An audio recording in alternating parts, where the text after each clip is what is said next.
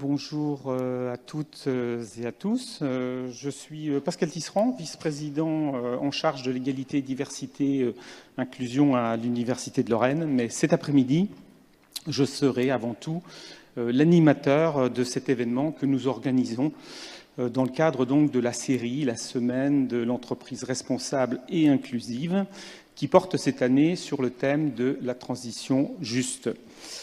Alors moi j'ai l'habitude de venir dans cette salle, ou en tout cas j'y suis venu à plusieurs reprises pour le prix Caroline Aigle, qui était une pilote de chasse qui est décédée prématurément, mais à qui Polytech Nancy ici rend hommage régulièrement pour récompenser des lycéennes, des lycéens qui s'engagent dans l'égalité entre les femmes et les hommes, et plus particulièrement dans le cadre d'un projet pour attirer des jeunes femmes vers des métiers où elles sont sous-représentées. Et du coup, je me suis dit que pour cet événement-là, et pour accueillir les deux femmes qui nous font l'honneur d'être ici pour échanger à propos de la transition juste, eh bien, ces deux femmes du territoire sont deux pilotes d'organisations, de deux belles organisations de notre territoire, ici à Nancy.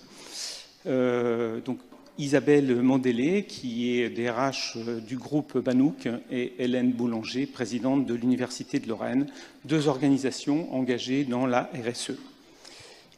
Pour introduire cette table ronde, nous ferons appel à l'expertise de Tanguy Bizin, qui est chargé d'études à l'AFMD, une association avec laquelle nous avons l'habitude de travailler depuis de nombreuses années et qui co-organise, l'AFMD co-organise avec le MEDEF depuis plusieurs années la série, donc cette semaine, de l'entreprise responsable et inclusive.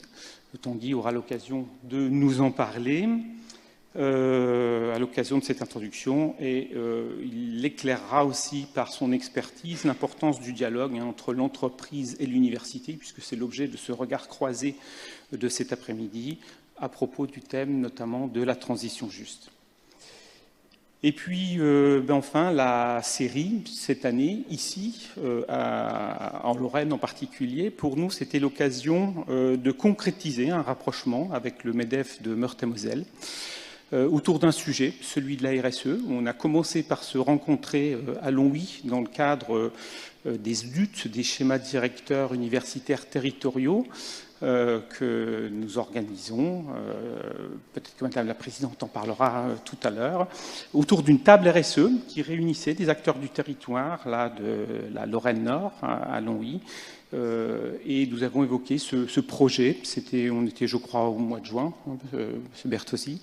Et donc nous y voici, ici aujourd'hui et demain à Longwy, pour une deuxième série de tables rondes sur un sujet assez proche de celui de cet après-midi. Donc je remercie Gilles Bertozzi, délégué du MEDEF 54, de remplacer au pied levé, si j'ai bien compris, le président du MEDEF de Meurthe-et-Moselle, Gilles Caumont, qui n'a pas pu se rendre disponible. Et puis je tiens également à remercier Éric Gnédinger, directeur de Polytech Nancy, pour l'accueil chaleureux qu'il nous réserve. Je vais leur laisser la parole pour un petit mot de bienvenue. Éric.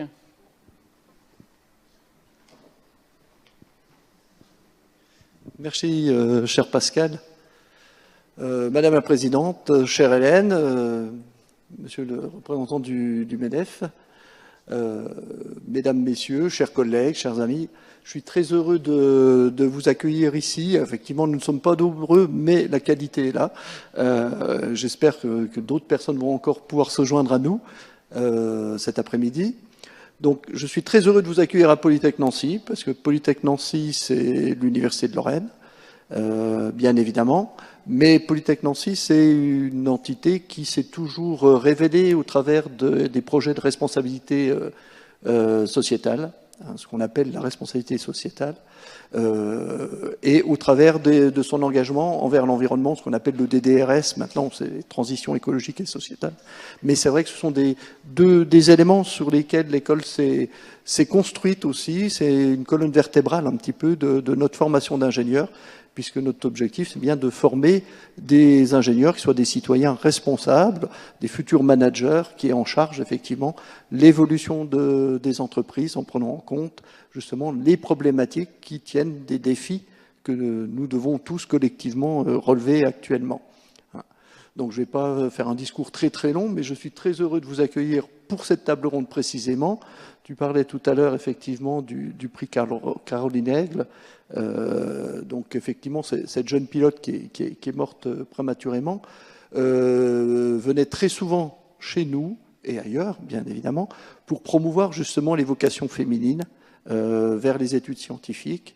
Et j'en profite pour... on était la semaine dernière avec Hélène à Paris au démarrage de l'année de l'ingénierie, sous l'égide du ministère, de la CDFI, de la CGE, de l'IUS, enfin, énormément de gens, du CNRS, bien évidemment. Et donc, c'était très intéressant, effectivement. Il y avait même des lycéens qui étaient présents.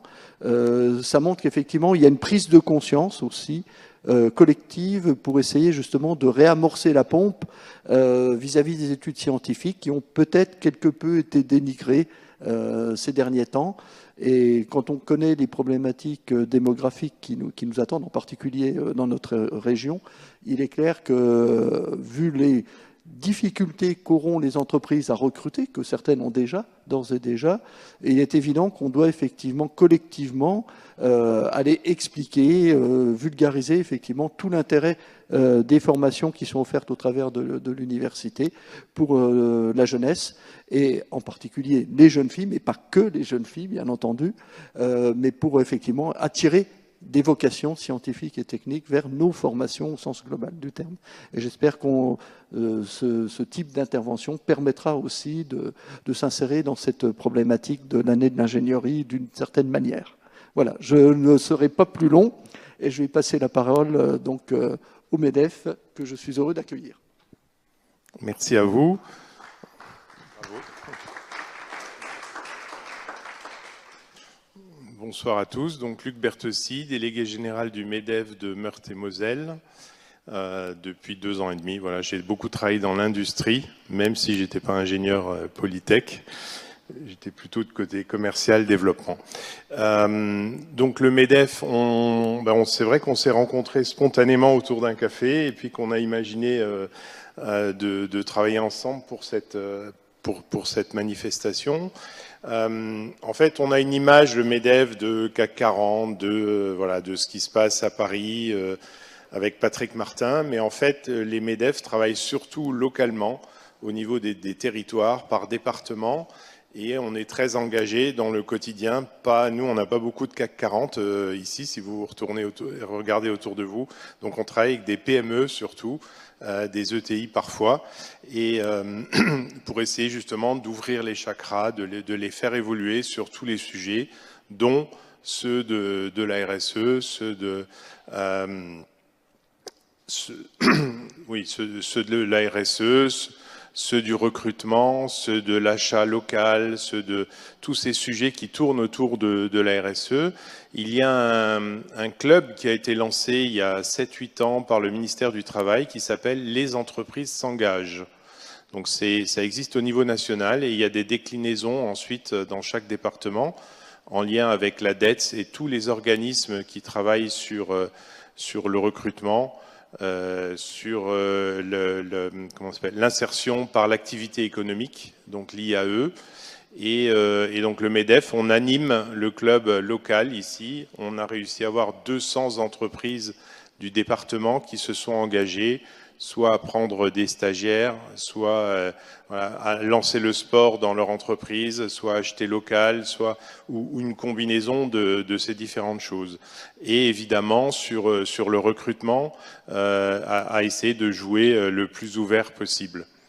Il y a 2 jours, on avait une matinale sur la transparence des salaires, qui est aussi un sujet qui est donc en directive européenne depuis 3 ans et qui va être à partir de juin prochain imposé, enfin à mettre en œuvre en France, et puis donc en loi, et ensuite en décret à être imposé aux entreprises. Et donc ça change beaucoup l'approche. Et dans ces sujets, il y a notamment aussi les équilibres des salaires hommes-femmes. On a encore en Meurthe-et-Moselle ou dans le Grand Est 4% d'écart en moyenne à fonction égale entre les hommes et les femmes. On vient de loin, mais bon, ça reste 4% et qui ne se justifie absolument pas et sur lesquels on travaille. Voilà, donc tous ces sujets, dont ceux de l'insertion, je vous ai dit, on travaille beaucoup aussi avec l'insertion par l'activité économique. Voilà, ça c'est des points où on est très engagé avec tous les organismes locaux. Voilà, et donc ça s'insère assez bien dans ce projet de cette discussion aujourd'hui sur la transition juste.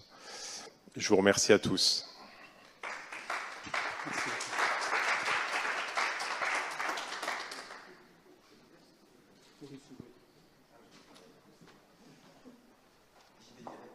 Alors, je vais t'introduire un petit peu par quelques mots quand même, si tu permets.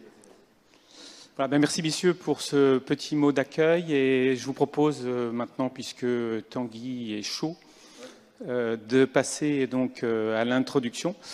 Merci Tanguy, donc tu es chargé d'études à la FMD, hein, je le disais tout à l'heure, une association avec laquelle on a l'habitude de travailler depuis de nombreuses années. Merci d'avoir fait le déplacement spécialement depuis Paris jusqu'à nous ici à Nancy aujourd'hui. Nous étions hier à Lyon pour pousser également ces sujets-là dans l'enseignement supérieur et la recherche.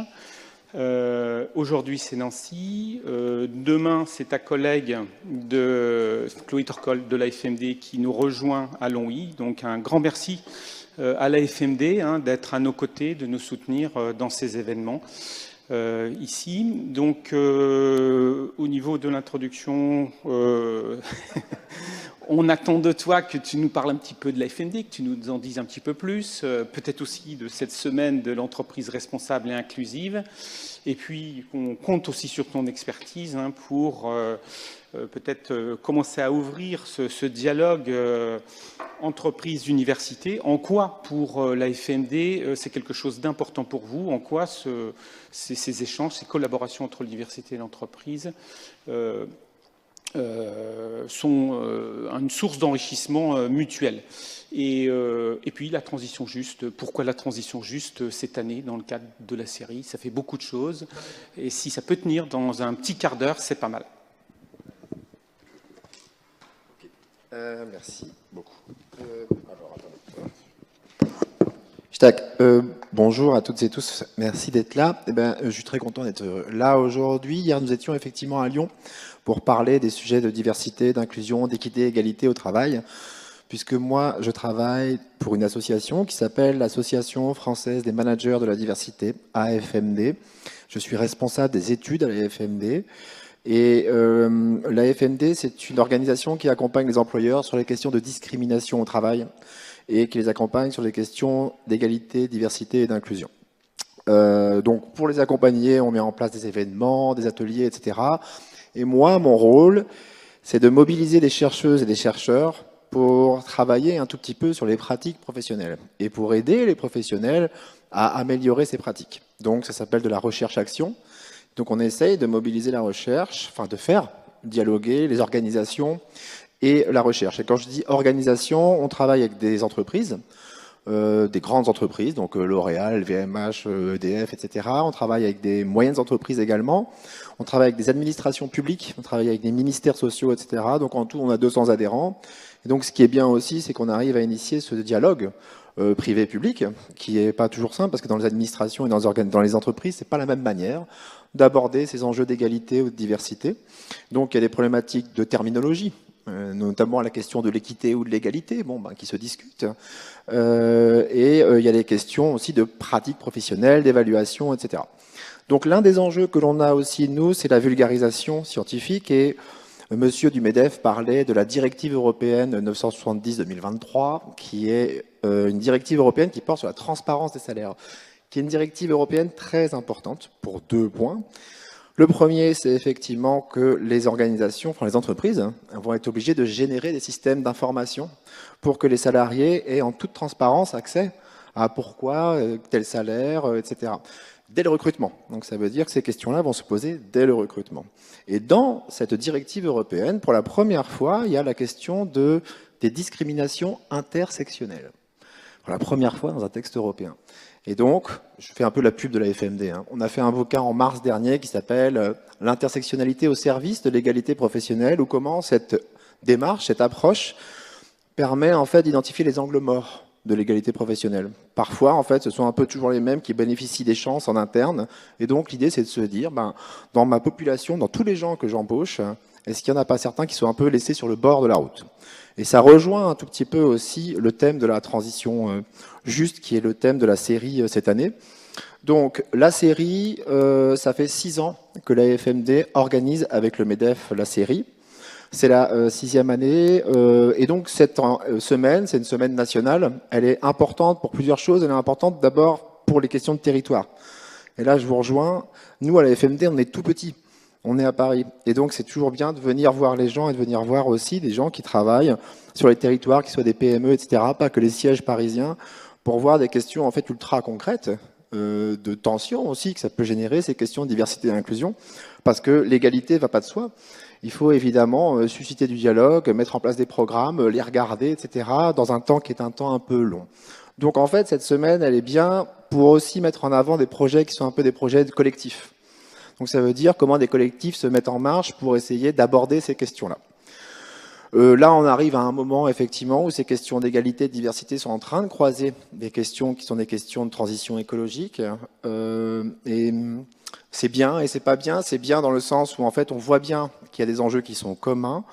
Et dans un autre sens, je me dis qu'il faut impérativement que les notions de diversité et égalité restent quand même des termes, enfin, qui ne soient pas un peu lissés par la RSE ou attrapés par la RSE, mais que ça reste des enjeux qui soient hyper forts, que ça garde leur force. Parce que ces questions d'égalité au travail, ces questions de diversité au travail ne sont jamais, jamais, jamais acquises. Vous avez vu ce qui se passe outre-Atlantique, on peut très bien défaire ce qu'on a fait. Or, les questions d'égalité, les questions de diversité, ça met du temps. C'est petit et c'est vraiment des cycles comme ça que l'on arrive à installer pour pouvoir instaurer des programmes et pour pouvoir modifier un peu aussi les cultures organisationnelles. Donc en fait, cette semaine de l'entreprise responsable et inclusive, elle sert à ça. Elle sert à susciter ce dialogue et à se rencontrer un tout petit peu les gens. Et c'est un de mes jobs, c'est effectivement de faire se rencontrer les chercheuses-chercheurs avec des praticiens et des praticiennes, des RH, des managers, des directeurs, des directrices d'entreprise. Et c'est très important parce que d'un côté comme de l'autre, je pense qu'il y a des images parfois un peu faussées. C'est-à-dire de la recherche qui serait un tout petit peu haute, lointaine, et qui regarderait d'en haut le terrain, alors que la recherche, elle fait l'inverse. Elle regarde d'en dessous, elle essaye d'enquêter à même le terrain. Et dans l'autre côté, parfois, les scientifiques, côté sciences sociales, ont un peu des réserves pour aller du côté des entreprises. Or, il faut que ça circule, il faut qu'on puisse se parler, parce que du côté de la recherche-action, ce que nous, on met en place, c'est que plus on arrive à faire se parler les chercheurs et les praticiens, et plus on arrive à innover, plus on arrive à avoir des choses qui sont nouvelles. Et ces questions d'innovation, elles sont quand même centrales et elles sont au cœur de cette question de la transition juste. Alors moi, j'ai pris des notes sur transition juste, parce que je ne suis pas expert de transition juste du tout. Les questions de diversité et d'inclusion sont plus mon champ de compétences. Mais sur la transition juste, l'Organisation internationale du travail, définit la chose comme suit: rendre l'économie plus verte d'une manière qui soit équitable et inclusive, aussi équitable et inclusive que possible, pour toutes les personnes concernées, en créant des opportunités de travail décents et en ne laissant personne sur le bord de la route. Donc l'idée de cette transition, c'est que quand vous faites du changement dans vos organisations, il faut anticiper toutes les personnes qui pourraient rester sur le carreau. Et il peut y en avoir dans ces grands mouvements-là, des personnes qui sont complètement délaissées. Et donc cette idée-là, c'est d'essayer d'anticiper au maximum les choses. Donc il faut évidemment bouger du côté de l'écologie, mais les questions d'égalité et de diversité se posent aussi. Donc c'est comment on les articule, et cette articulation, évidemment, il n'y a pas de recette clé, mais simplement le problématiser un peu en amont permet déjà d'instaurer des processus de changement qui soient inclusifs. Et donc, il y a autre chose à l'intérieur de cette transition juste que moi je trouve intéressant, c'est la notion d'acceptabilité. Donc ça, c'est l'ADEME qui en parle. Au cœur de la transition juste, il y a la notion d'acceptabilité. Et donc, c'est l'idée que ne pas intégrer les questions de justice sociale dans la transition écologique poserait un problème d'acceptabilité et donc d'atteinte des objectifs. Et donc, on voit bien aussi que ces questions écologiques ne vont pas d'elles-mêmes du tout et que ça crée des freins, ça peut créer des tensions. On l'a vu avec les gilets jaunes notamment, où tout à coup, quelque chose qui paraissait acquis pour tous, en fait, va générer quelque chose qui va crisper. Donc, ce sont des questions qui sont un peu sensibles, un peu fines. Et donc, l'idée, c'est effectivement de laisser personne sur le bord de la route et de créer des processus d'acceptabilité de l'innovation et du changement. Mais le truc aussi qui est un peu compliqué quand même, c'est qu'on parle de transition en permanence, sauf que nous, les transitions qu'on vit tous là, c'est beaucoup plus des crises et des ruptures. C'est pas des transitions pacifiées en disant on passe d'un modèle à un autre. Là, dans le moment où on est, c'est pas ce qui se passe. On voit bien quand même les crises politiques, les crises écologiques, toutes ces crises qui sont en train de s'empiler un tout petit peu comme ça. Dans ce moment-là, je pense plus que jamais que ces questions d'égalité et de diversité, encore une fois, sont hyper importantes pour pas se perdre, pour avoir des appuis un peu solides, pour voir un tout petit peu ce qu'on a aussi à faire ensemble. Donc pour générer du commun, faire du commun, et faire un commun qui soit encore une fois inclusif. Ça, c'est côté transition juste, et Pascal m'avait demandé d'illustrer un peu aussi le dialogue qui était possible de faire entre la recherche et les entreprises. Moi, effectivement, mon travail, c'est d'essayer de faire se parler un peu tout le monde et de générer, enfin, faire un peu de la recherche-action. J'ai quelques exemples quand même qui sont des exemples pour vous montrer à quel point la recherche, quand elle est mobilisée, peut faire changer des cultures d'entreprise. Je prends un exemple qui est celui d'EDF. EDF, dans 2014-2015, ils ont commencé à travailler sur les violences conjugales. Quand ils ont commencé à travailler sur les violences conjugales, on leur a dit « mais c'est pas de la responsabilité de l'employeur, ça, les violences conjugales ». Et donc, ils ont dit que bien sûr que c'était de la responsabilité de l'employeur parce qu'en fait, il y a des questions de santé et sécurité au travail. Et là, EDF, ils ont mis tout le monde autour de la table, donc les RH, le management, médecine du travail, tout ce qu'ils pouvaient en interne, communication évidemment. Et surtout, ils ont mobilisé des associations, des chercheurs et des chercheuses. Et il y a une chercheuse qui a été mobilisée qui s'appelle Séverine Lemierre. Et Séverine Lemierre est venue essayer d'expliquer, par exemple, ce que c'était le continuum des violences. De dire qu'une femme qui est victime de violences conjugales chez elle continue d'être victime au travail. Ça ne s'arrête pas à la sortie du domicile. Et donc, elle intègre ces éléments de violence. Et elle a produit une revue de littérature pour montrer un tout petit peu, pour chiffrer l'impact négatif de ça, pour faire prendre conscience. Et donc, rendre acceptable aussi pour l'entreprise que oui, ça relevait effectivement du périmètre de l'entreprise, que c'était de leur responsabilité ces questions-là, et que c'était jamais une question privée. Donc, tout à coup, non, dans le temps long, ils ont réussi à intégrer ces processus-là. Et donc, quand même, chez EDF, ils ont mis en place des procédés de sensibilisation et des procédés d'action. Entre 2019 et 2020, ils ont eu 400 à 500 signalements de femmes victimes de violences conjugales. C'est 30% de femmes chez EDF. Donc, ça paraît beaucoup, mais en fait, c'est largement en deçà des radars. Mais n'empêche qu'ils ont réussi à sortir un maximum de femmes de ces pétrins-là. Et eux, c'est une grosse entreprise, effectivement. Ils pouvaient mobiliser des voitures, des hôtels, permettre aux femmes de sortir de ça. Mais Séverine Lemierre a mis ensuite en place un kit qui permettait aux PME de faire exactement la même chose, de donner du temps aux femmes, du temps de congé, de donner de l'argent, etc., pour leur démarche administrative, pour les aider à quitter cet environnement-là. Et je prends un deuxième exemple. En 2023, à la FMD, on a lancé un prix de recherche, de la meilleure thèse, etc. Et celle qui a gagné s'appelle Estelle Perrard. Et Estelle Perrard, elle travaille sur l'innovation inclusive. C'est-à-dire comment je peux créer des processus d'innovation de produits, de biens et de services qui soient inclusifs ou pensés comme inclusifs dès le départ. Donc, par exemple, si vous allez chez SEB, ils ont un département développement et innovation où ils pensent directement à innovation inclusive. Donc, ça veut dire qu'en fait, les objets et les biens qu'ils produisent sont utilisables par toutes et tous, y compris par les personnes en situation de handicap. Et donc, cette thèse, elle est importante parce qu'elle a été soutenue par une chaire qui s'appelle la chaire Innovation for Change, qui est une chaire entre Polytechnique Paris et Accenture, une entreprise. Et donc, ils portent ces sujets-là. Et là, on voit bien que tout à coup, le dialogue entre des instituts de recherche et des grandes entreprises permet en fait de générer l'innovation, du changement, etc. Et Estelle Perrard, elle a fait sa thèse à APF France Handicap, qui travaille sur les questions, les personnes en situation de handicap. Et donc, en fait, c'était une thèse qui était importante parce qu'il faut toujours revenir à la base des innovations. Ce n'est pas en bout de chaîne que vous allez modifier quelque chose pour que votre produit, votre service devienne utilisable. Si vous avez en fait cette question de l'inclusion et diversité au départ de tous vos processus d'innovation, alors vous pensez des mondes qui sont réellement accessibles. Et donc, par exemple, les architectes ont beaucoup travaillé là-dessus. C'est comment je rends des bâtiments accessibles pour toutes et tous. Et quand je rends un bâtiment accessible pour les personnes en situation de handicap, c'est-à-dire quand je pense à tout ce qui est minoritaire, je crée du majoritaire. Donc, par exemple, les mairies avec, où il y a des rampes, vous voyez. Les rampes, elles servent pour les personnes en situation de handicap qui sont en fauteuil roulant, elles servent pour les personnes qui ont des caddies énormes, elles servent pour les gens avec des poussettes. Donc, tout à coup, vous créez des usages qui sont vraiment inclusifs. Donc tout ça pour dire aussi que ces questions d'inclusion ne concernent pas uniquement un espace minoritaire, mais concernent bien le majoritaire et que c'est rendre service au majoritaire que de penser ces questions-là. Voilà, donc ces deux exemples, il y en a plein. On en fait plein à la FMD aussi. On essaye de faire vraiment de la recherche-action dans le temps long. Et j'insiste sur le temps long.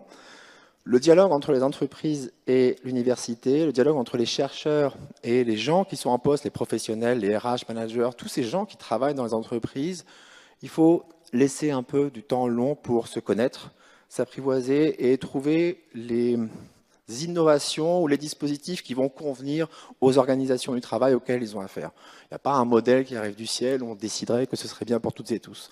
Et donc, vraiment, moi je crois à ce dialogue dans le temps long, assez humble, hein, mais qui permet vraiment de, aussi, sans doute, modifier un tout petit peu les perceptions. Parfois, c'est des phénomènes de croyance, simplement qui sont en place dans comment je pratique mon travail. Et donc, ce dialogue-là permet vraiment, dans le cycle qui est le nôtre, qui est un cycle encore une fois un peu tendu quand même, un peu compliqué, de voir un tout petit peu ce qu'il y a de commun entre nous, et donc de créer aussi ce commun. Et je m'arrête là maintenant.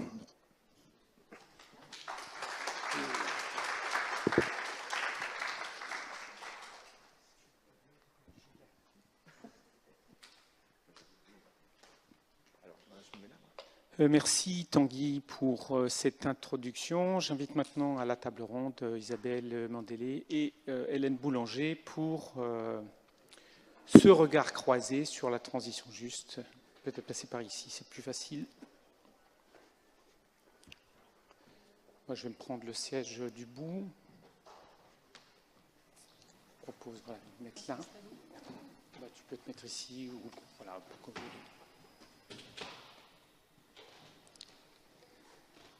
Voilà, merci beaucoup d'être avec nous ici en cette fin d'après-midi.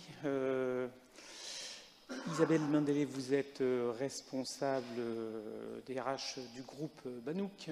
Merci de nous avoir consacré du temps, alors à la fois dans le temps de préparation, mais aussi là aujourd'hui pour participer à cet échange. Et tout de suite pour commencer, qui est Banouk ? Ben, écoutez, merci. Alors, je vais... Pardon, vous avez votre micro. C'est ça. Je disais à la présidente de l'Université de Lorraine que c'était ma première table ronde. Et donc déjà, j'oublie de prendre le micro. Merci beaucoup de m'avoir invité, d'avoir invité Banouk. Alors, Banouk, c'est une entreprise aujourd'hui internationale. Donc, on travaille pour la recherche clinique, donc la recherche pour le médicament. On a été créé par le docteur Pascal Voiriot il y a plus de 25 ans maintenant, qui était cardiologue à Nancy, d'où un ancrage fort sur Nancy.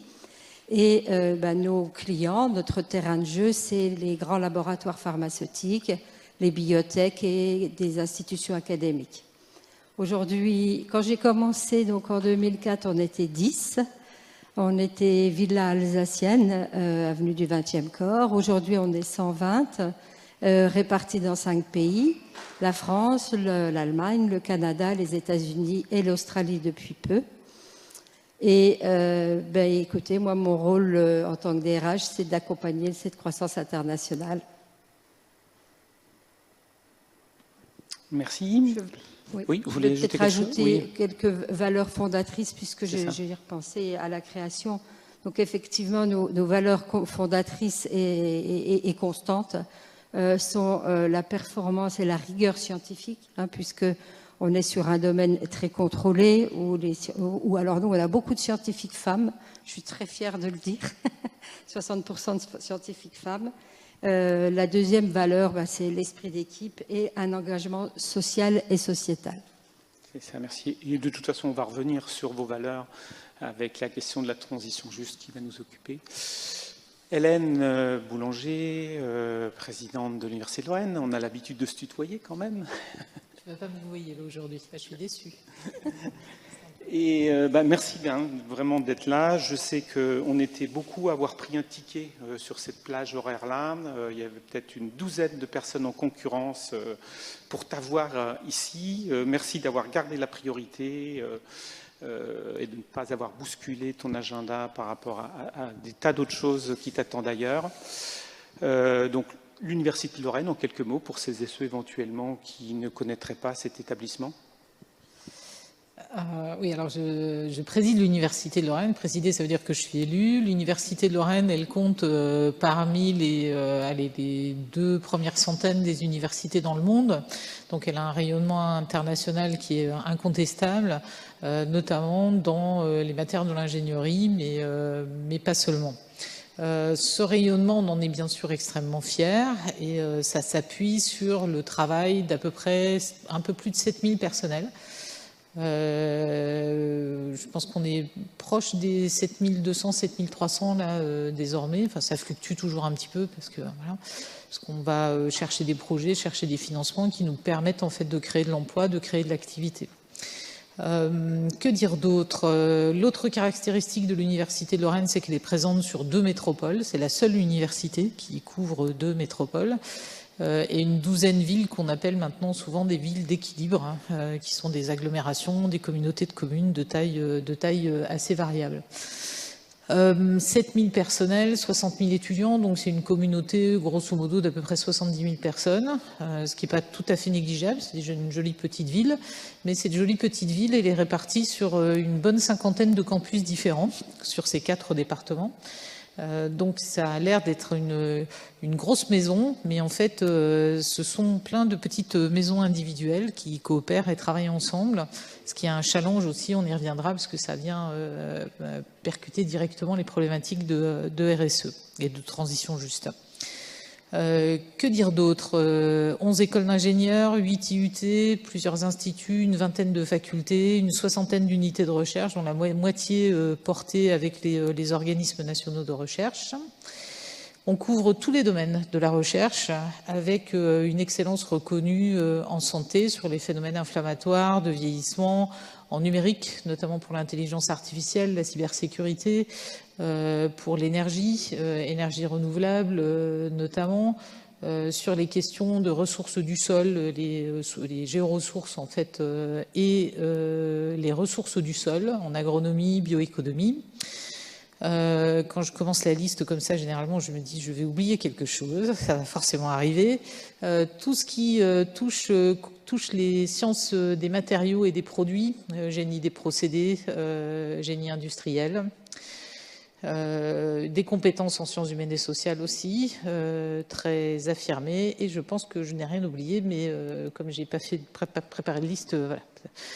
Donc, ce sont des domaines très composants. En fait, on couvre tous les domaines scientifiques avec la capacité à mobiliser plusieurs disciplines pour répondre aujourd'hui à des défis sociétaux, à des questions sociétales ou à des problèmes qu'on cherche à résoudre qui sont aujourd'hui tellement complexes qu'en général, il n'y a pas une seule discipline qui peut y répondre. Et ça, l'ADN d'ingénierie de l'université est très, très, très précieuse pour ça. Et c'est précisément ce qui va nous occuper. Ici aujourd'hui, Isabelle Mandélé, vous ne pouvez pas m'appeler Isabelle, ça sera plus Isabelle, le thème, on en a beaucoup parlé déjà de la série cette année, c'est la transition juste. Comment ça se décline au niveau du groupe Banouk, la transition juste? Alors, j'avoue que quand vous m'avez contacté, vous m'avez parlé de la transition juste, je me suis gratté la tête un moment et je me suis dit qu'est-ce que ça veut dire dans une entreprise comme Banouk? Qu'est-ce que veut dire juste, équilibré, faire au sens justice, au sens anglophone de la justice. Et puis j'ai arrêté de me triturer la tête et puis je me suis dit que on essaye chaque jour de faire de la transition juste effectivement, dans la recherche clinique et en particulier dans la sécurité cardiaque, on a de l'évolution technologique.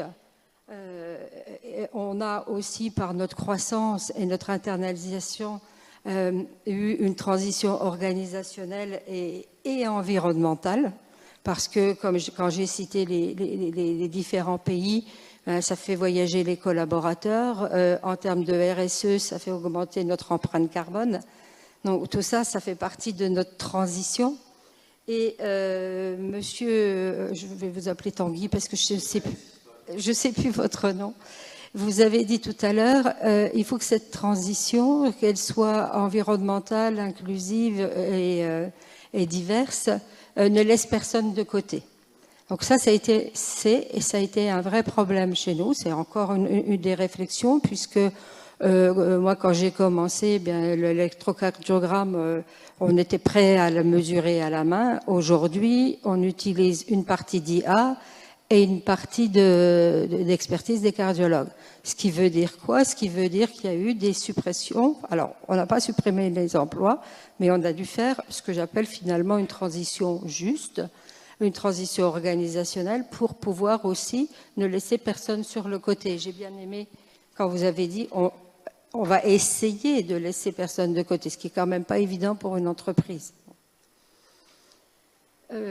Donc, pour ça, on a aussi réfléchi, et ça c'est l'initiative du président Alexandre Durand-Salmon, en 2020, à créer un comité RSE. C'était aussi, alors, il y avait un phénomène aussi de mode, on ne voulait pas faire de greenwashing, donc on a, comme toutes les entreprises, créé en fait un comité RSE, et on a eu la chance de cette diversité, puisqu'en fait on a plusieurs pays. Et quand vous regroupez dans un comité RSE un Australien qui finalement n'est pas australien et népalais, un Canadien qui finalement n'est pas canadien, qui vient de Colombie. Parce qu'en fait, quand dans une entreprise internationale, enfin moi, quand on nous a dit il va falloir intégrer 5 personnes qui viennent d'Australie, j'avais imaginé des grands surfeurs. Eh ben non du tout. Comme quoi les stéréotypes n'aident pas toujours. Donc je vais revenir, après ma blague, je vais revenir au sérieux. Et donc ce qui a été intéressant, c'est d'avoir ce comité donc RSE multiple, diverses, et préoccupé par beaucoup préoccupé par l'écologie. Et puis, au départ, moins par la diversité, l'équité, l'inclusion. J'ai participé à ce comité RSE jusqu'en 2023. Et ensuite, j'ai décidé de m'en extraire, de demander à une collaboratrice RH d'y aller, pour laisser un peu venir...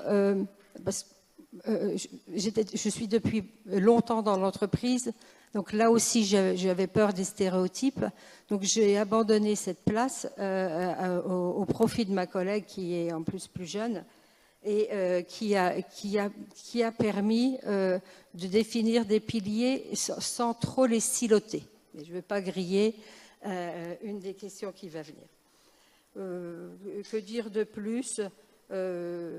On essaye d'être pragmatique dans notre RSE. Je vois quelques amis qui étaient là à nos 25 ans.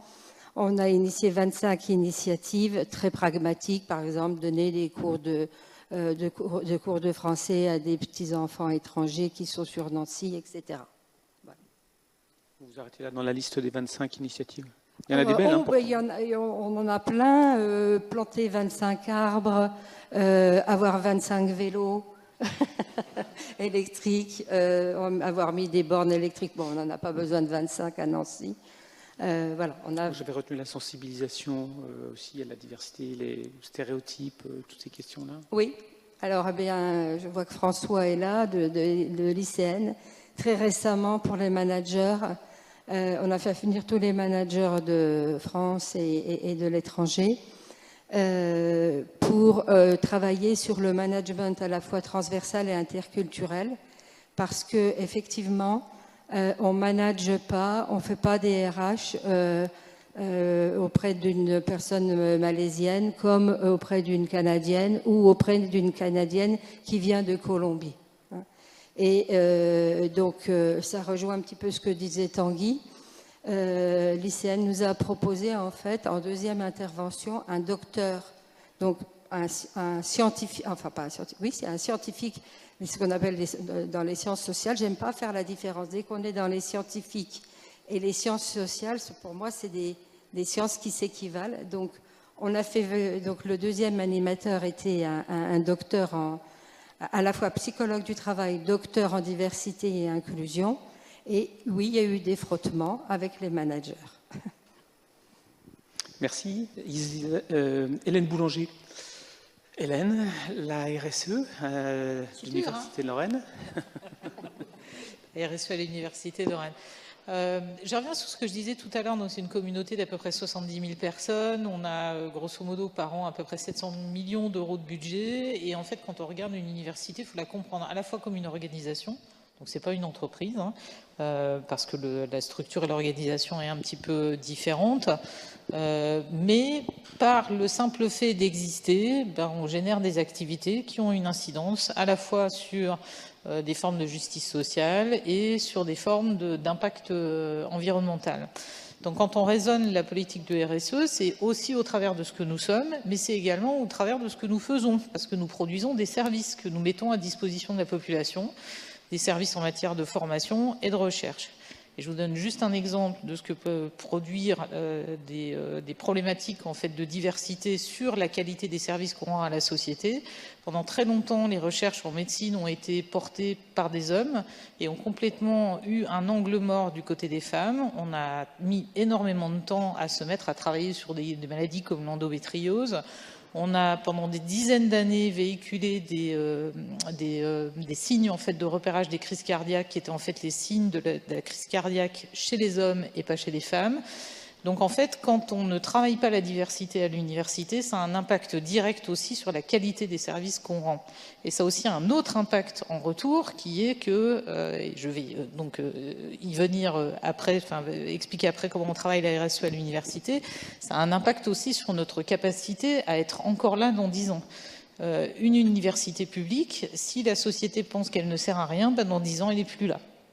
Dans 20 ans, elle n'est plus là. Une université publique qui vit dans un monde où la température moyenne a augmenté de 1,5 degré, c'est une université publique qui ne peut plus travailler 12 mois de l'année. Donc, la RSE, pour moi, ça consiste d'abord à intégrer le facteur avenir d'une autre manière que la façon dont on l'appréhendait précédemment, en fait, dans le raisonnement stratégique de l'université, se projeter dans ce futur-là. Prend des dimensions, enfin voilà, c'est très compliqué en même temps de faire une prospective à ce degré-là, mais ça prend une importance encore beaucoup plus élevée aujourd'hui. C'est ensuite s'appuyer sur son ancrage territorial, s'appuyer sur une sobriété qui n'est pas génératrice d'économie, j'insiste bien. Et quand elle peut générer des économies, en fait, il faut la réinvestir. Donc, en fait, on n'économise rien avec ces démarches-là. Quand on parle de sobriété, on se dit bah, super, on va moins dépenser. Pas du tout. Souvent, on dépense beaucoup plus. Et puis, enfin, c'est la dernière chose et peut-être la plus importante, ce sont les valeurs, le pilier des valeurs. Et donc, à partir de ces trois axes-là, on peut agir. Et c'est le cas de l'Université de Lorraine. On structure notre action sur 3 piliers que sont la transition écologique, l'égalité, diversité, inclusion et la qualité de vie au travail et dans les études. Ce sont les 3 piliers qu'on décline au travers de différents schémas. Le schéma handicap, le schéma numérique responsable, le schéma des achats responsables. Mais ça transpire aussi au travers de nos activités de formation, de recherche, d'innovation. Innover en prenant en compte, par exemple, des biais qui peuvent être introduits par un manque de diversité dans les producteurs de l'innovation. Hein, c'est un peu ce qu'on évoquait tout à l'heure. C'est quelque chose qu'on essaie de faire un petit peu différemment aujourd'hui. Alors, on constate fréquemment dans les organisations, à propos des piliers où tu parlais de l'EDI, de la transition écologique ou encore de la qualité de vie au travail, une approche en silo. Chacun est un peu, on peut être dans son couloir de nage, et pour le coup, et avec des nageurs et des nageuses qui nagent très bien, hein. Mais il n'est pas toujours facile et aisé d'en sortir. Je suis aussi bien placé pour le savoir. Il est plus confortable de nager dans son propre couloir que d'essayer de faire des choses avec celles et ceux qui sont dans le couloir d'à côté. Et pourtant, la RSE, c'est tout ça à la fois. C'est tout le bassin de piscine avec ses couloirs de nage. Qu'est-ce qu'à l'Université de Lorraine, tu as tenté et que tu tentes encore de mettre en place dans l'organisation, dans le fonctionnement, pour faciliter cette sortie des couloirs de nage et désiloter un petit peu cette approche de la RSE? J'essaie déjà de porter une conviction. Et cette conviction, c'est qu'il y a un lien très fort entre les deux dimensions, environnementale et sociale. Moi, je ne parle pas de transition juste, je parle de l'action de l'université au service d'une société durable et juste. Parce qu'une société qui n'est pas durable, c'est une société qui fondamentalement va produire de l'injustice. Une société qui produit de l'injustice, c'est une société qui ne peut pas se mettre en situation de devenir durable. Je me balade un peu, me promène de l'autre côté de l'Atlantique en fait. Je vais aux États-Unis d'Amérique et je me dis qu'on a là un pays qui aujourd'hui a de la fièvre. Ce qu'ils sont en train de faire, c'est qu'ils cassent le thermomètre. Mais ils ont toujours de la fièvre, c'est-à-dire qu'ils vont avoir mal à la tête, ils vont pas pouvoir travailler, ils vont avoir tout un tas de difficultés qui vont se poser, mais ils cassent le thermomètre. Et quand ils cassent le thermomètre, c'est Donald Trump et ses équipes qui sont en train de, je peux dire, après tout, voilà, je n'ai pas prévu d'aller aux États-Unis dans les prochaines semaines, donc ça devrait bien se passer. Ils cassent le thermomètre, ils suppriment la recherche, ils suppriment les données de la recherche pour éviter qu'on puisse dire, pointer l'injustice, pointer la dégradation du climat par exemple. Pourquoi est-ce qu'ils cassent le thermomètre? Parce qu'on est dans une vision court-termiste qui sert des intérêts particuliers et pas l'intérêt collectif. On n'est pas dans la construction d'une société juste et durable. L'université, elle a un rôle à jouer dans tout ça et on voit bien que quand on veut passer sur une vision court-termiste avec des profits à court terme qui ne tiennent pas compte de la durabilité du système, ce qui est un vrai problème économique, c'est-à-dire dans 10 ans, tout ça on va le payer très très cher. Quand on veut arrêter ça, on arrête l'université puis on casse le thermomètre en fait. Mais on a toujours de la fièvre. C'est un peu l'image que je voulais utiliser.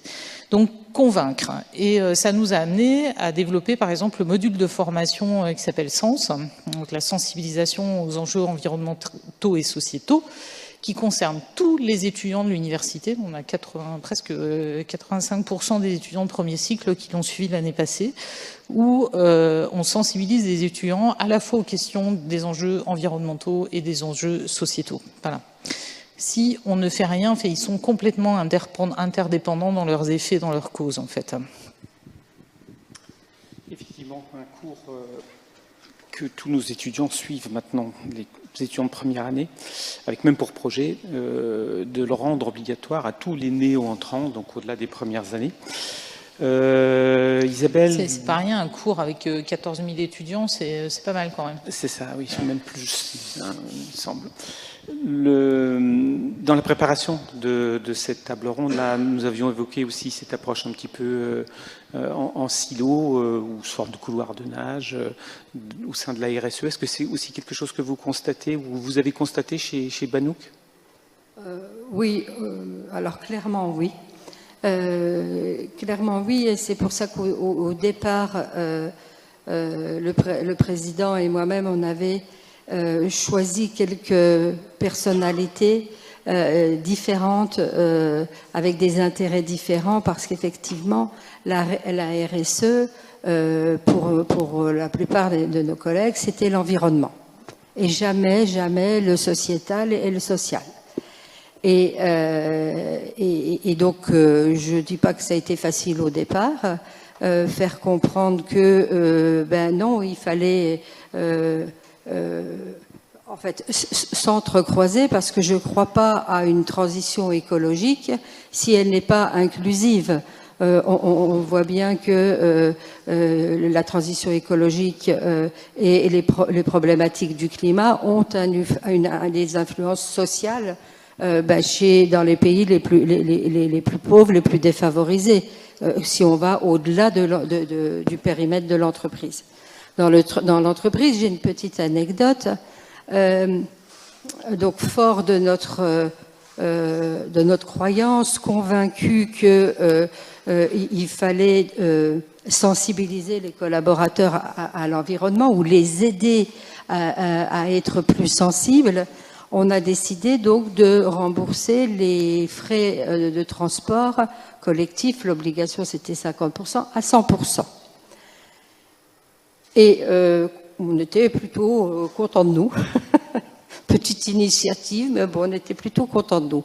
Eh bien, il y a eu un effet un peu retors où on nous a dit, eh bien, écoutez, oui, mais moi, je viens des Vosges et je suis bien obligée de faire une partie en voiture. Alors, tu me rembourses la moitié de mon gasoil? Non, l'idée, c'était pousser, et même chose pour les bornes électriques.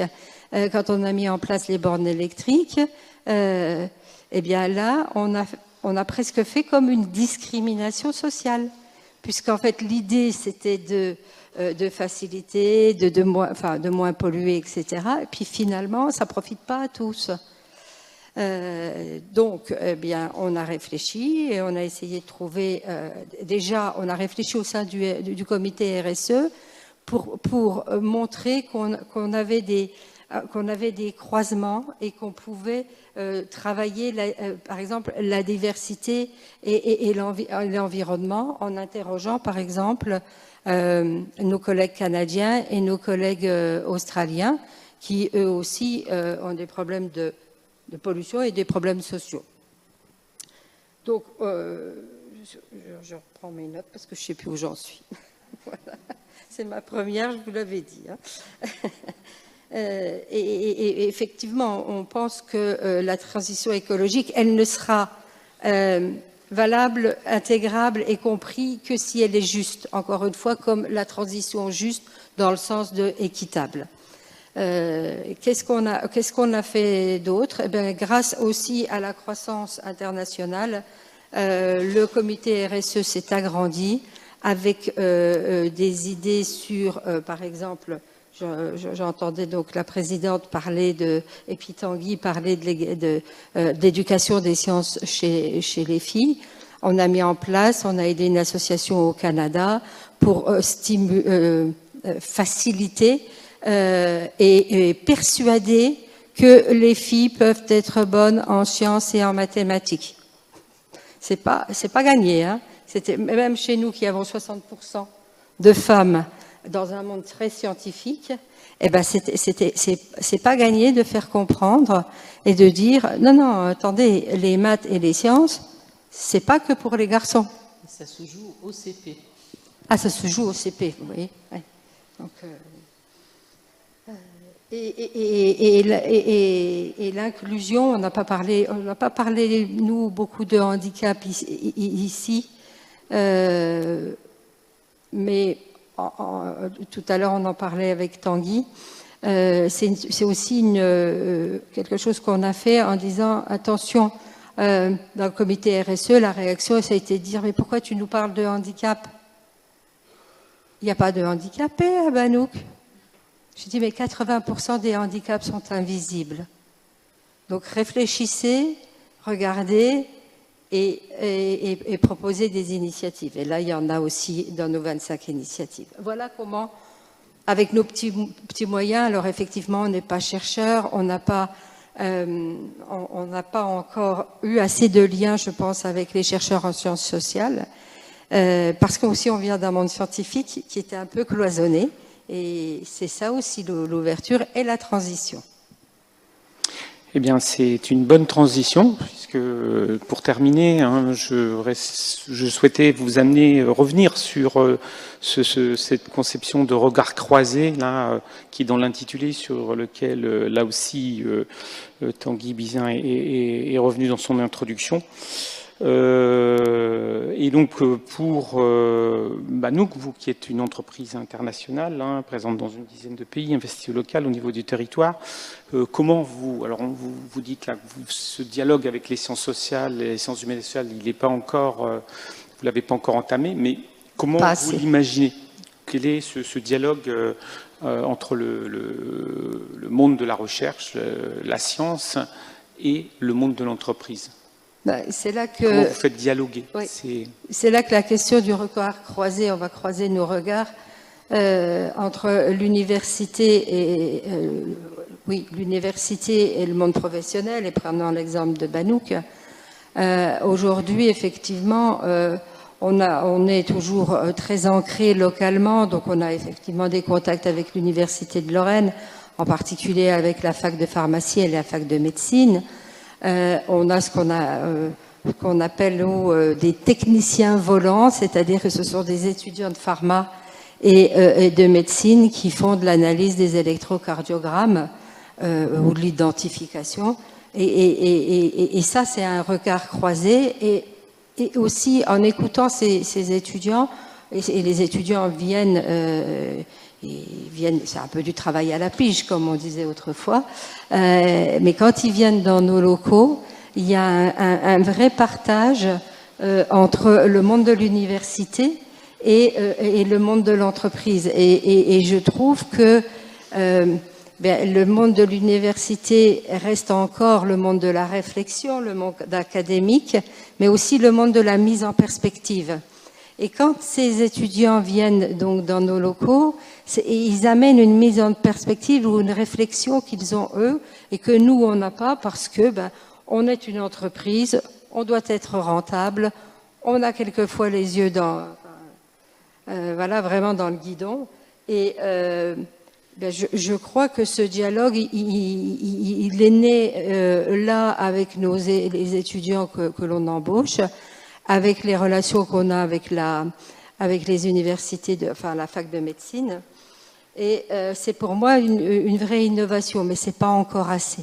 Et en réfléchissant et en vous écoutant, madame, je me suis dit qu'on était loin, mais qu'on allait progresser. Enfin, du coup, c'est une perspective pour moi en tant que RH chez Banouk.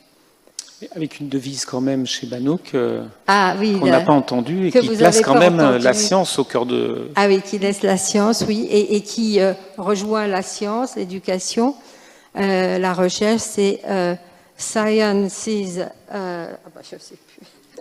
Sciences serving people and people serving sciences. Voilà. Voilà. C'est vraiment la science pour l'humain et la recherche médicale pour l'être humain avant tout. Et je sais qu'on travaille pour des grands labos, et on doit aussi avoir une rentabilité. On est une entreprise, on doit être profitable. C'est pas un gros mot, mais on essaye d'avoir. Et on a la chance, nous, et d'ailleurs on a. Je fais un petit aparté. Même si le bassin de Nancy est quelquefois difficile pour le recrutement des scientifiques, heureusement il y en a à la fac de pharma ici. Les recrutements sont plus faciles avec ces valeurs. La recherche pour le médicament, même pour un comptable qu'on a recruté récemment, je suis sûre qu'il est venu pour ça, en fait. Pour vos valeurs. Oui. Hélène, comment l'Université de Lorraine participe-t-elle à ce rapprochement avec le monde de l'entreprise? C'est une longue histoire, hein. C'est la convergence ou le rapprochement entre ces deux univers. Alors déjà, première remarque, en tant que président de l'université, j'ai besoin d'avoir une université qui dégage du profit, en fait. On n'appelle pas ça du profit, on appelle ça de la marge. Et en fait, tout repart dans l'investissement. Pour la bonne et simple raison, c'est que si je suis juste à l'équilibre, si je suis en déficit, ça se passe très très mal. Si je suis juste à l'équilibre, je n'ai pas de quoi financer de l'investissement. Si je ne peux pas financer de l'investissement, je ne peux pas répondre à des besoins en fait d'immobilier, d'équipements qui vont être déterminants sur la capacité de mon établissement à rester attractif au niveau international et donc à bien servir mon territoire. Deuxième élément, le travail avec les entreprises est pour nous essentiel. Pourquoi? En France, on dépense 2,2% du PIB en recherche et développement. Dans les pays qui sont aujourd'hui un peu tête de pont de l'innovation, hein, qui produit des effets sur la valeur économique, on est à minima aux alentours de 3%, c'est la Chine. En général bien au-dessus. L'Allemagne dépense 2 fois plus que nous en pourcentage du PIB, les États-Unis aussi. Enfin voilà. La réponse, elle se trouve pour moi dans la coopération publique-privée. Il manque un petit peu de financement public, mais c'est probablement, tout le monde aura compris que c'est probablement pas là que la solution va se trouver dans les semaines qui viennent.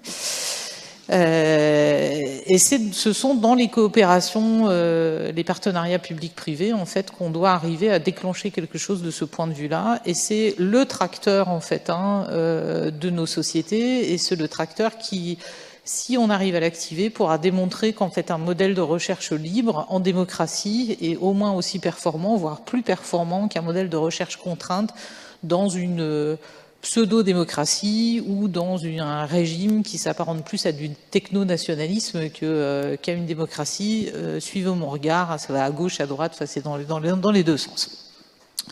Cela étant posé, donc je porte la conviction que les partenariats avec les entreprises, on doit les développer. Ça nous pose deux types de difficultés. La première difficulté, c'est que l'organisation de l'écosystème d'enseignement supérieur et de recherche, parce qu'il y a l'université, mais on n'est pas tout seul, est extrêmement complexe. Enfin, moi, je ne serais pas tombée dedans quand j'étais petite, je regarderais ça, je me dis au secours, et je repartirais en courant dans l'autre sens.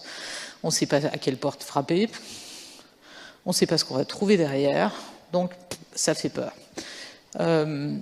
On a choisi, tous ensemble, avec tous les partenaires du site lorrain, de créer une marque commune qui s'appelle UNIS, dont l'idée est simple, c'est no wrong door. Peu importe l'endroit où vous allez faire toc-toc, là où vous allez faire toc-toc, on va s'occuper de vous et on va vous amener, enfin on va amener la bonne personne pour vous proposer le service ou la réponse que vous attendez, qui peut être oui, qui peut être peut-être il faut voir, faut qu'on cause, qui peut être non aussi parce qu'on n'a pas les ressources disponibles pour le faire, c'est aussi simple que ça. Cet effort de simplification en fait dans l'interface, les efforts qu'on fait aussi pour simplifier nos process, pour arriver à travailler ensemble plus efficacement et plus facilement, parce qu'on a des systèmes de protection de la propriété industrielle, pareil, c'est des contrats de coopération qui font 25 pages, quand on n'a pas fait droit, cinquième dent, ceinture noire, on s'en sort pas et on part dans l'autre sens aussi. Enfin, ce sont des efforts que l'on fait pour arriver à aider notre tissu économique autour de nous. C'est particulièrement intéressé parce que une entreprise qui tousse, c'est l'université qui tousse. L'université qui tousse, c'est une entreprise qui tousse. Le territoire sur lequel on travaille, c'est notre ancrage pour nous projeter à l'international. Si le territoire va pas bien, on va pas bien, et réciproquement. Écoute, merci beaucoup à vous deux pour cet échange. Merci Isabelle pour cette première participation à une table ronde. Ouais, c'était un plaisir. Je vous propose maintenant je vais proposer à Tanguy de nous rejoindre ici pour ouvrir un échange avec la salle. Et voilà, avec des questions que vous avez peut-être, des demandes de précision, donc à nos deux participantes et à Tanguy. Tu voulais encore ajouter autre chose?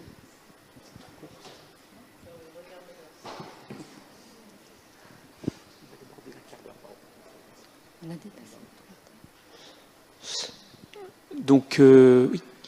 Il y a le micro en main, il suffit de lever la main ou de lui faire signe et on vous apportera le micro. Oui, ici. Merci beaucoup, Delphine Laguerre, GRDF. J'ai une petite question pour Isabelle de Banouk. Merci beaucoup pour vos témoignages à toutes les deux, et puis ça fait plaisir d'avoir deux femmes sur l'estrade, au passage. Sauf erreur de ma part, je n'ai pas noté la fin de votre résolution du problème des frais de transport. Parce qu'effectivement, le problème de l'incohérence ou du fait que vouloir préserver un axe environnemental va engendrer un problème social ou une discrimination, elle arrive fréquemment. Et des fois, on ne sait pas trop comment le résoudre, donc je serais intéressée par votre résolution du problème. Merci. Alors, sans trahir de secret, on ne l'a pas spécialement résolu, ou on l'a résolu à court terme, par une légère augmentation de salaire pour certains. Voilà. Mais ce n'est pas une solution. Pour moi, c'est du court terme. Voilà, bon, il fallait trouver une solution, hein, parce que la rémunération, même si dans les recrutements on dit c'est plus la rémunération qui compte, mais de toute façon c'est la rémunération qui compte quand même, et c'est normal. On a compensé autrement, mais j'ai pas trouvé que c'était une solution durable, puisque voilà. Et on va finir par la trouver, puisqu'on ne veut pas abandonner quand même nos bornes électriques, nos remboursements. Non, on l'a pas. C'est une compensation qu'on a faite, en toute humilité. D'autres questions?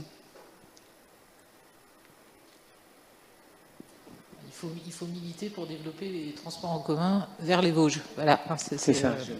D'autres réponses indirectes. Parce que j'y suis confrontée quand même assez régulièrement, et c'est vrai que sans voiture, à part Épinal, c'est compliqué. Même Épinal. Même Épinal. Oui.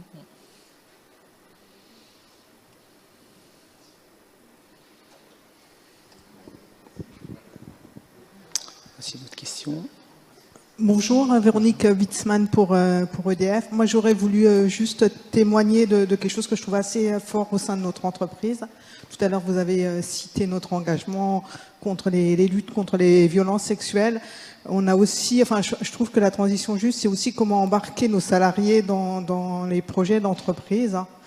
Et on a mis en place côté RSE des ateliers qui s'appellent Être, et donc l'idée c'est sur des projets d'investissement à des dizaines de millions d'euros avant qu'ils soient validés, de proposer que des salariés viennent également regarder, challenger ces projets-là en amont, parce on peut avoir parfois des questionnements sur le bien fondé d'investir dans tel ou tel pays. Notamment quand on parle d'hydraulique, on a déjà eu des problèmes de barrage dans des endroits où ça a des conséquences. On a une activité qui a un impact, c'est certain.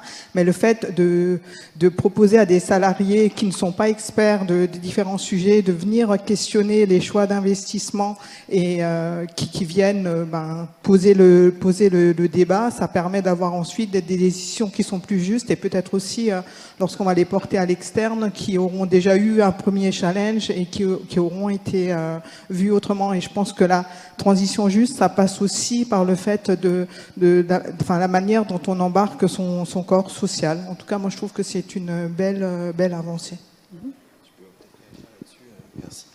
C'était tout le propos quand je citais Estelle Perrin en introduction, c'est le concept d'innovation inclusive. L'idée, c'est évidemment de rapporter, en fait, dès l'innovation ou dès l'entame d'un projet, des gens qui seront a priori exclus de ce projet-là. Tout à l'heure, on parlait des inégalités femmes-hommes du côté de médecine, du côté de la pharma, etc., qui sont quand même des trucs... c'est hallucinant. C'est-à-dire qu'en fait, vous excluez 50% de l'humanité dans des processus de vaccination, etc. Et on peut élargir à d'autres discriminations. Et donc, l'idée d'innovation inclusive, je suis d'accord avec vous, je pense que mettre en place ces ateliers-là et les mettre en place dans les cycles de répétition pour générer en fait ces formes d'innovation inclusive, c'est très important, mais aussi pour que les décideurs comprennent et agissent en stratégie. Ça va intéresser leur stratégie, ils vont toucher et capter des publics aussi. C'est pour ça que je vous disais que le minoritaire n'est pas quelque chose qui est à délaisser. Au contraire, tout ce minoritaire va vous informer sur beaucoup d'éléments. Et donc, chez EDF, il y a cette culture, effectivement, des ateliers. Et nous, les problématiques qu'on a parfois en diversité et inclusion, c'est qu'on fait un peu trop de descendants. Et je pense qu'il faut qu'on soit au niveau du terrain, des gens, etc., pour aussi comprendre que ces problématiques d'inégalité, en fait, génèrent, en bout de chaîne, une vraie casse, quelque chose qui est dramatique. Et en fait, vous parlez de mise en perspective, c'est ça parfois qui manque un peu, c'est essayer de mettre en perspective pourquoi ces problématiques de stéréotypes sont, en fait, c'est pas des idées en l'air, les stéréotypes. Les stéréotypes, ça génère de la violence symbolique et ça génère de la violence physique. C'est pas des idées bébêtes, c'est en fait des rapports de pouvoir qui font que les femmes vont rester à leur place. C'est ça aussi, les blagues sexistes, les blagues idiotes. On va dire, oh, c'est de la bêtise. Non, non, c'est pas uniquement de la bêtise, c'est on ajuste bien pour rester à sa place. Et donc faire comprendre ça et faire comprendre en fait que ces choses-là vont en fait avoir un impact sur le travail, sur le bien-être au travail, sur votre faculté à innover, etc., c'est extrêmement important. Et quand je vois effectivement cette culture EDF, ça marche bien parce qu'ils ont compris qu'il fallait embarquer tout le monde et qu'il y ait aussi une sorte de point de vue qui puisse s'exprimer. Et il peut y avoir aussi des points de vue contraires. Nous, à la FMD, on a fait une journée d'études sur les conflits et les controverses, diversité et inclusion. Pourquoi ça peut faire peur aussi des politiques de diversité? C'est tout à fait entendable que ça puisse faire peur, mais on voit que ça fait peur en général parce que ça va faire peur aux hommes en général, qui ont peur de perdre un peu de pouvoir, un peu de périmètre, etc. Mais il faut quand même saisir ces peurs pour se dire qu'est-ce qui t'inquiète là-dessus? On ne va pas t'enlever de pouvoir, on va générer des processus d'égalité, c'est pas la même chose. Mais en fait, cette acculturation prend du temps. Et vous ne pouvez pas faire changer en fait les gens en 2 secondes en décrétant que c'est bien de faire comme ci et plus comme ça. Ça ne marche pas du tout comme ça. Donc effectivement, c'est long cycle, dans le temps long. Des ateliers qui prennent le temps d'expliquer et qui aussi captent le point de vue des gens, mais qui les captent vraiment. Pas juste je prends ton avis, puis en fait je m'en fiche de ton avis. Il faut que, vous voyez, c'est un poids. Et c'est tout le processus de l'innovation inclusive. Et je citais tout à l'heure l'entreprise SEB. En R&D, chez SEB, la personne qui s'occupe du département d'innovation, vraiment, elle prend des gens qui sont dans une situation de handicap. Elle prend des gens qui sont dans des situations de précarité économique. Elle prend aussi des femmes.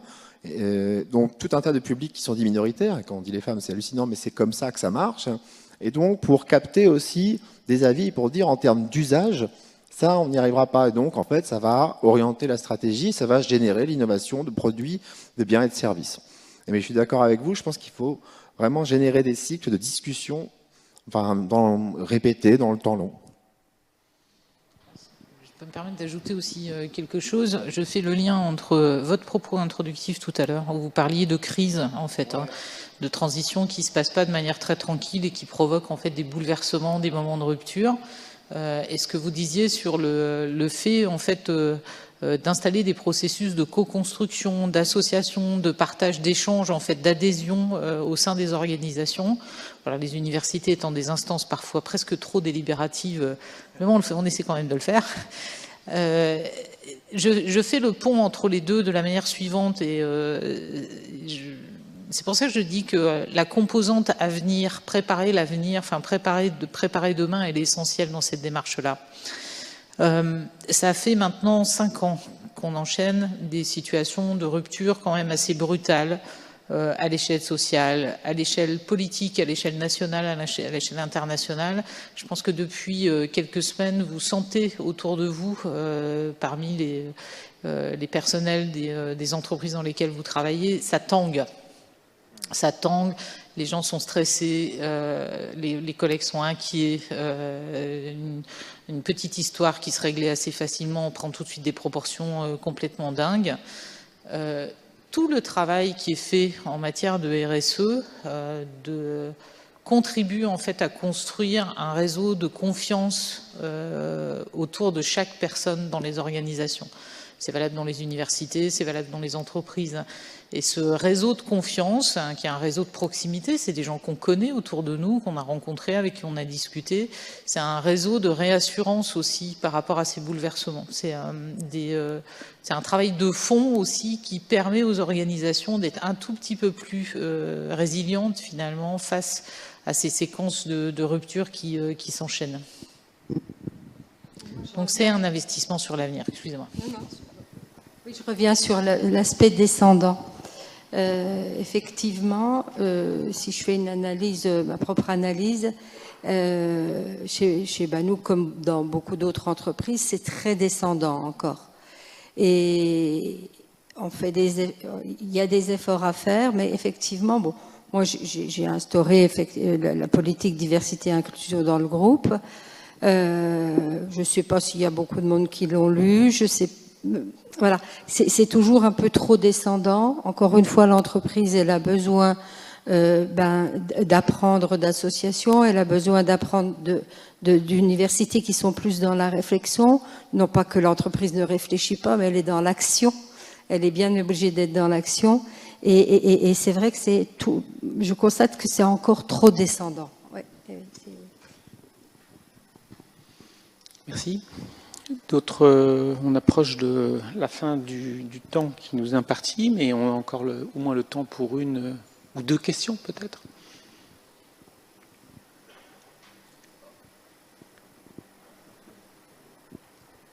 Eric. Je suis le local de l'étape, donc je me lance, puisqu'il n'y a pas d'autres questions.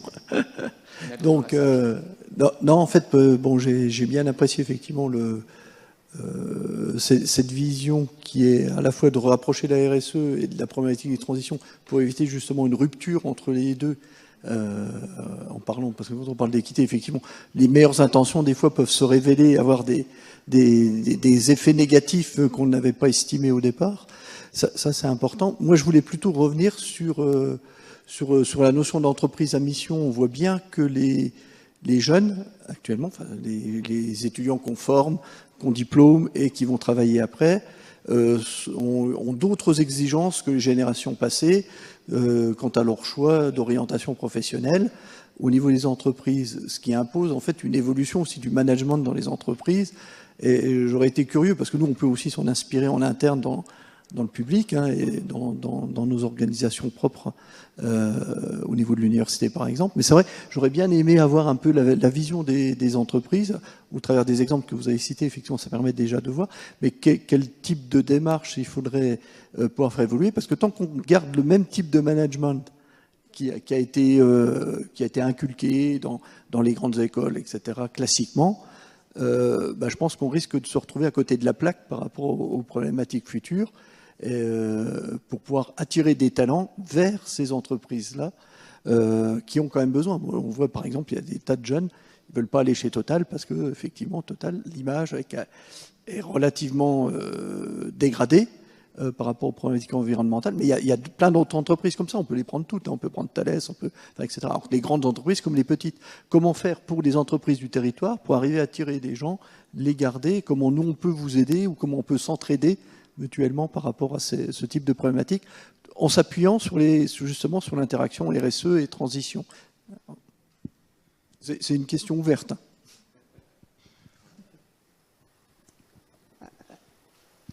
Vous avez parlé de management. Bon, c'est un grand mot, un gros mot. Effectivement, il faut que nous, managers, on se remette en cause complètement. On ne peut pas ni recruter, ni manager comme on a managé, ne serait-ce qu'il y a 10 ans.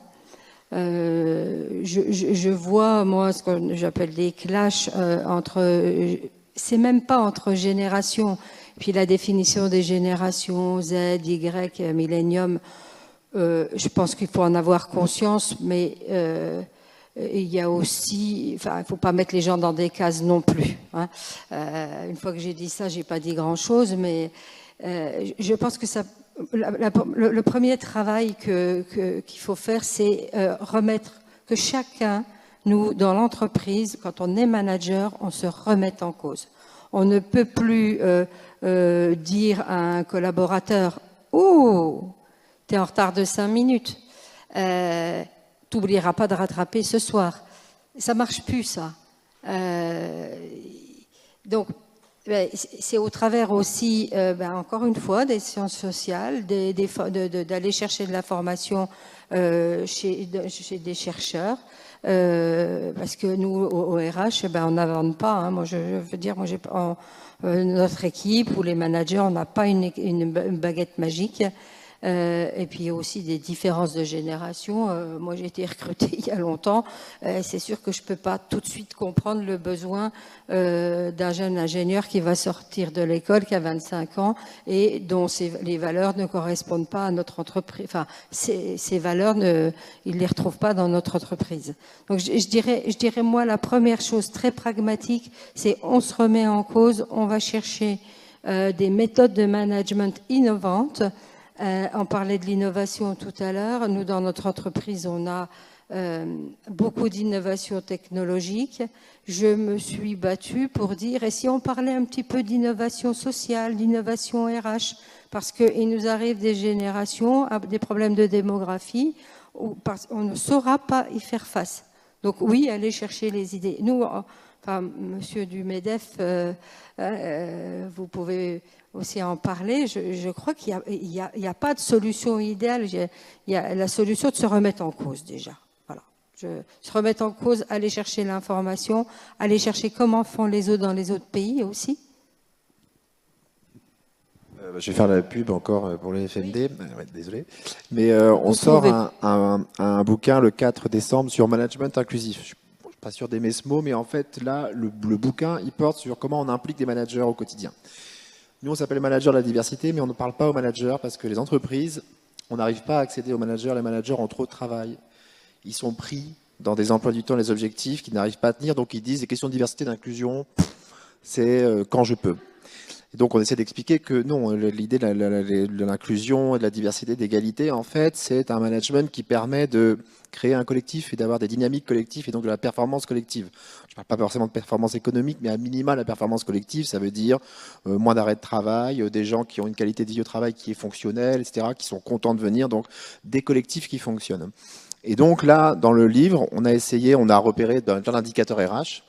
On en a une 60aine d'indicateurs RH et on essaye de les transformer ensuite en indicateurs diversité et inclusion. C'est-à-dire, quand tu veux piloter une stratégie de management et dans les stratégies dans les tâches managériales, tu vas avoir coordonné, anticipé, tu vas avoir délégué des tâches, tu vas avoir évalué, etc. Donc, dans les processus d'évaluation, quels sont les éléments que tu peux mettre en place pour générer des conditions qui soient des conditions inclusives pour les personnes que tu as en face de toi. Et en fait, ce sont des choses, généralement, les entreprises ont déjà plein de choses. Donc en fait, on propose un état des lieux, de se dire que tu as déjà plein de choses que tu peux mobiliser dans l'entreprise. Et ensuite, c'est des questions de posture, c'est-à-dire une sorte d'incarnation un peu d'exemplarité. Après, évidemment, on n'est pas obligé d'être exemplaire tous les jours, c'est compliqué, hein. Mais il y a quand même des choses qu'on peut plus faire, effectivement, je suis d'accord avec vous. Nous, on a quand même affaire à des problématiques qui sont le sexisme, le racisme, l'homophobie, etc. Je veux dire, il y a un moment donné, c'est que ces questions-là sont tellement fortes en France, parce qu'il y a aussi ce contexte français qui est quand même lourd à porter, évidemment que ça se retrouve dans les entreprises, mais de manières qui sont en fait beaucoup plus diffuses. C'est pas des manières d'agression, etc. Mais bon, ça passe par des choses qui sont assez complexes. Et donc là, ce qu'on essaie de donner dans le bouquin, c'est des genres de checklist et de se dire, si tu t'appuies là-dessus, tu peux au moins incarner ou avoir une posture managériale qui soit inclusive. Et donc, on parle par exemple de courage managérial aussi. Le courage, c'est pas l'héroïsme, hein. Et je pense que il y a trop de fois où les managers, on les prend pour des héros dans le sens où en fait, il faut faire ci, il faut faire ça, tu peux faire ça, tu as cette tâche. Ils vont se retrouver avec un empilement de choses, mais qui vont générer de la souffrance au travail. Le courage managérial, c'est répéter au quotidien des modes de relation, des modes de reconnaissance. Et vraiment dans cette répétition humble de la quotidienneté, c'est là que ça va se jouer, ces choses-là. Mais acculturer à ces questions-là, c'est compliqué. Et nous, la question qu'on a, c'est qu'on a l'impression que diversité et inclusion sont toujours à côté, alors qu'on dit, mais vous voyez bien que c'est au cœur de vos interactions avec les gens qui sont autour de vous. Et donc, voilà, on essaye d'avoir des trucs hyper concrets et donc de rendre un peu la diversité et l'inclusion opérationnelle en partant des indicateurs clés RH pour voir si ça va fonctionner. C'est le 4 décembre. Je vous invite à vous connecter le 4 décembre pour voir. Il y aura une table ronde et ce sera la sortie de ce bouquin-là. C'est vrai qu'au-delà des indicateurs RH qu'on trouverait dans le livrable en question et dont on attend avec impatience la sortie, la notion même de management inclusif, alors je ne sais pas si c'est effectivement la solution, mais c'est une notion dont on ne parlait pas forcément et qu'on n'enseignait pas forcément non plus à l'université il y a encore une dizaine d'années, mais qui commence, et dans certaines écoles et à l'IAE, etc., donc à l'Université de Lorraine en particulier, à être enseigné.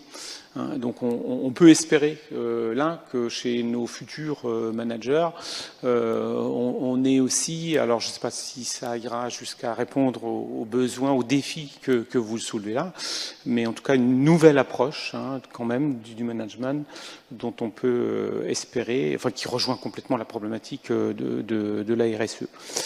Et là, pour le coup, ça me permet de faire la transition avec l'événement de demain, qui nous attend à Longwy, puisque cette succession de tables rondes qui va se dérouler à l'IUT de Longwy, qui réunira une douzaine de personnes du monde de l'entreprise et du monde de l'université, où là, de nouveau, on va croiser les regards, s'intitule « Former à la RSE en contexte interculturel ».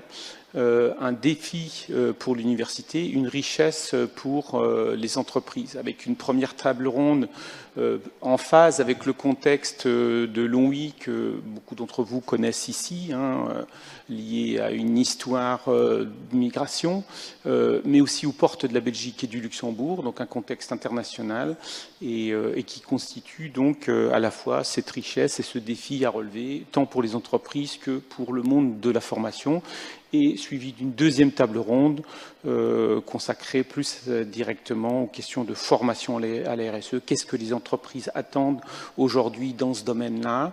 C'est les questions qu'on s'est posées ici aujourd'hui. Le management inclusif peut être une de ces réponses. C'est pas toutes les réponses, enfin il y aura d'autres réponses qui seront apportées aussi demain. On reviendra sur Sens que tu évoquais, donc ce cours-là à l'Université de Lorraine avec la participation donc de mon collègue vice-président à la transition écologique qui sera présent, et puis d'autres personnes. Voilà, en tout cas, vraiment un grand merci à vous trois pour cette participation à cette table ronde-là. Un grand merci au MEDEF 54 pour cette première collaboration effective et aux collègues, alors à Polytech Nancy et puis plus largement aux différents services et collègues de l'Université de Lorraine, de la communication, du numérique, de la mission EDI et d'autres encore qui se sont impliqués donc dans cet événement ici aujourd'hui. Voilà, je vous invite maintenant, pour celles et ceux qui ne sont pas en ligne, mais bien physiquement présents dans cette salle, eh bien, à profiter de ce qui nous attend derrière vous.